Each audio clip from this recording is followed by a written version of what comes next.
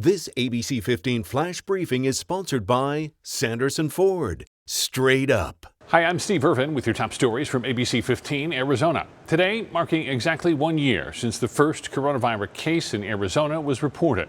As of today, more than 730,000 Arizonans have tested positive for COVID-19 and more than 12,000 have died. But there are signs of hope.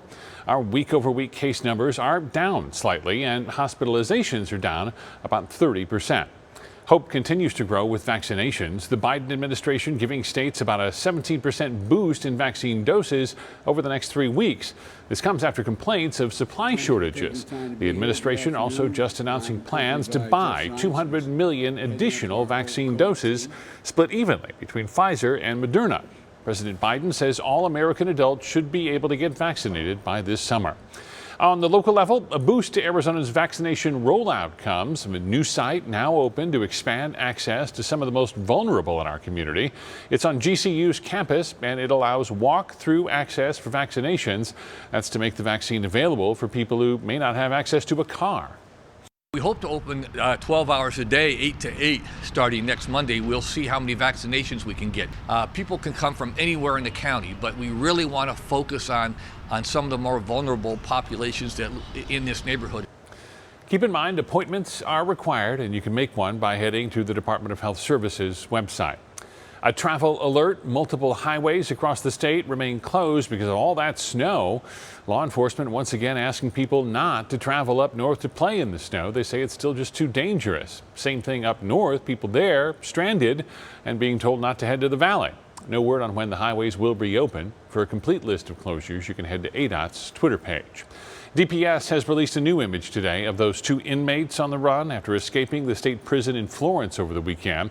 A new surveillance picture showing inmates John Sharpia and David Harmon. They say tried to rob a business in Florence on Saturday. That's the same day they escaped from prison. Officials say they accessed a tool room and took items like a bolt cutter to break out. Today, armed troopers going door to door to homes in Florence looking for any signs of the inmates who authorities believe could still be hiding nearby. A neighbor tells us he would be the wrong home for the fugitives to pick.